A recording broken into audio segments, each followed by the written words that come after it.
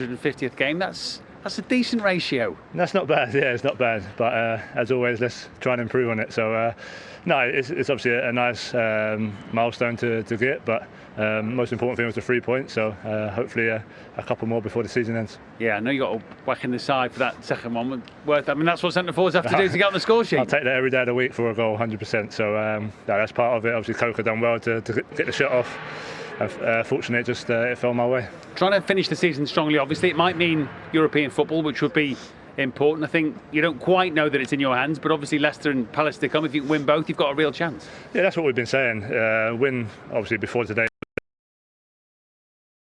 games, and I think we've got a very good chance of the league. So yeah, we've done the first step, so there's about 2 more to go. Obviously, Leicester's going to be very difficult on Sunday, and then obviously if we can win that, it goes down to the last game.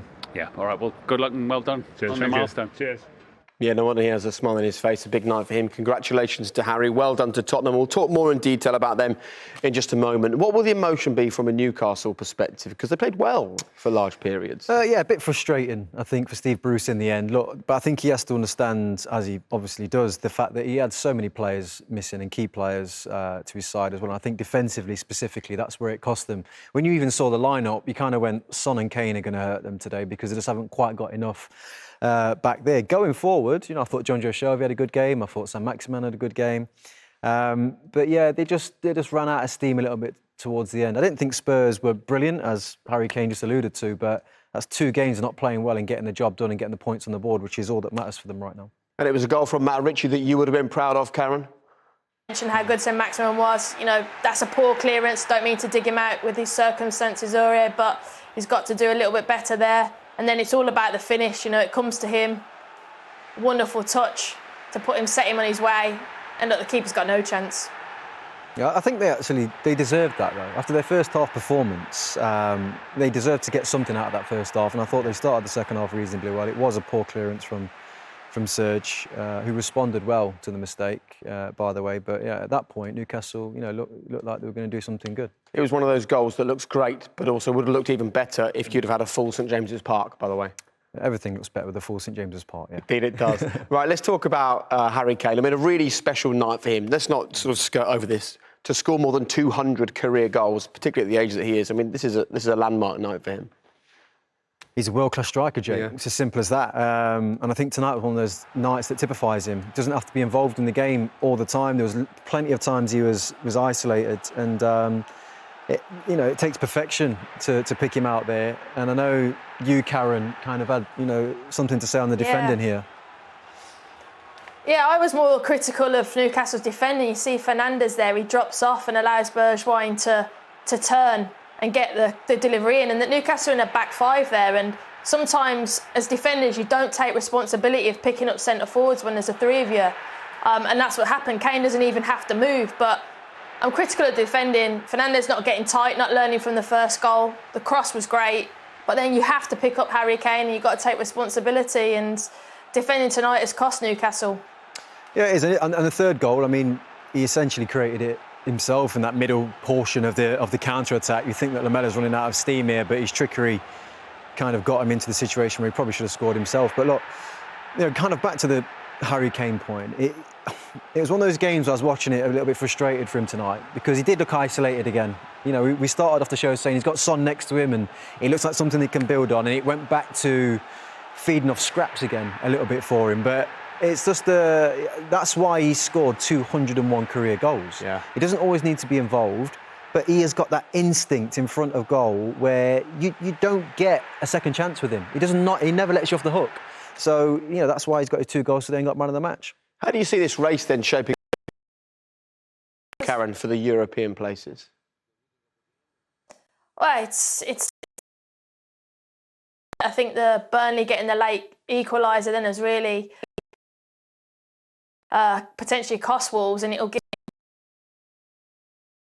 a massive confidence boost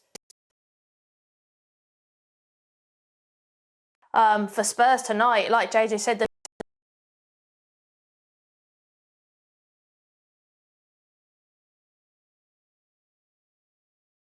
playing well, but they're getting results at the busiest end of the season, which is where you need. And Leicester aren't particularly playing well. I watched them just a weekend gone and were very poor, and Bournemouth second half battered them really. So after to the results, you think Spurs do what they can and try and get 6 points? Look, it's really unlikely at this stage of the season, but actually if results go their way, you can't write off the Champions League still. No, you can't. And there's been some very indifferent kind of performances from some teams, Leicester in particular, that have kind of, seen them drift away from it. But I think Europa League is, that's why they keep talking about it. That is the focus, and I think that is definitely achievable, especially now. Confidence will come from those 2 big wins they've had recently. OK, well, let's see what the manager thinks. Here's Jose talking to Matt. Jose, an important win. Were you happy with all the aspects? Yeah, I think the players were extraordinary, really tired. Even before the game I could feel it. During the game I was obviously feeling it more. At half time I think I spoke to their hearts, to their pride. I was asking them to find energy in the only place where they still can have energy, which is in here, because in their legs no more energy. So I think they were phenomenal.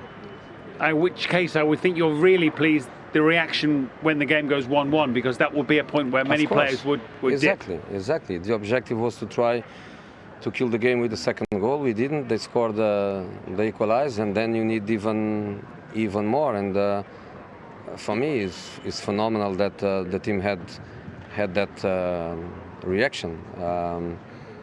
Because for us, this game was, let's say, the last of a sequence of matches, of 4 matches, only with 2 days in between. Really, really, really hard. That's not a surprise for me. Injured players or players in extreme fatigue. But we have to fight until the end, like we promised, and we have 2 more matches, and let's go. Let's try to make it. Important that the 2 substitutes had a big hand in the 2 late goals that win you the match, Bergwijn and then Lamela. Yeah, I had doubts about starting them or let them come from the bench. I thought that bring, for example, Lucas or Sonny from the bench, they would still be tired. So I preferred to start with the same players that played the last game, and to have the fresh ones on the bench to try to make an impact. I think was a happy decision. But not a happy night this evening for Cher, the Newcastle player. You saw him go down at the end there holding his shoulder. The news from Steve Bruce is that he does have a dislocated shoulder, so that's bad news from him on a personal perspective. Look, Karen, I want to talk just a little bit about Jose Mourinho. We showed a table at the beginning of the night showing that since he took over, Spurs are 5th in the Premier League. After this win tonight, they're now 4th. I mean, he's kind of doing what he was brought in to do, no? Yeah, we know that Jose Mourinho, hook or by crook, gets results, and the table that doesn't really lie in that form. I think it's still not great to the eye. The chances they're creating are, still few and far beyond, in my opinion. And the way they're playing is still very much back to front, but he's doing what's needed to be done, and Jose is a winner, so he's doing his job.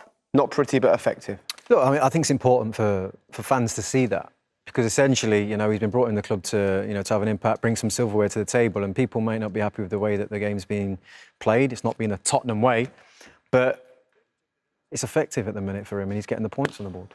And it could be points that take them back into the Champions League. It's not impossible. Just a quick reminder, more Premier League football coming for you this week. Crystal Palace against Manchester United from 7:30 tomorrow evening, as well as at Southampton against Brighton from 8 o'clock in the evening. Karen, thank you very much. Your commute home is an awful lot quicker than ours. Enjoy your evening. Jermaine, thank you very much for being with us as well. And thank you for watching. We'll see you for plenty more Premier League football tomorrow night, right here. See ya.